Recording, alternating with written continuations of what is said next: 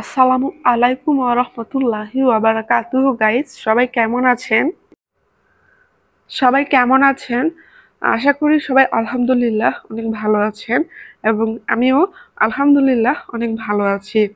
তো আজকের পর্বে আমি এখানে কাপটির পিরিচের অংশের কাজ করব। যেহেতু কাপ আর পিরিচ দুটোটাই এখানে কাচের আর স্বচ্ছ কাচের, তো সেজন্য আমি এখানে কাপের নিচে পিরিচের অংশটিতে আমি চায়ের প্রতিবিম্বের কাজ করব।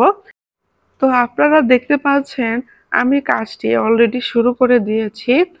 এখানে আমি চায়ের অংশে চায়ের যে কালারটি দিয়েছি ঠিক সেম কালারটা একটু ক্যাপাসিটি হালকা করে নিচের প্রতিবিম্বের কাজ করছি পিরিচটির মাঝে।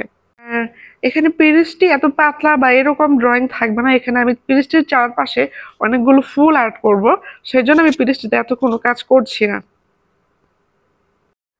তো এখনকার মতন বিদায়, আল্লাহ হাফেজ।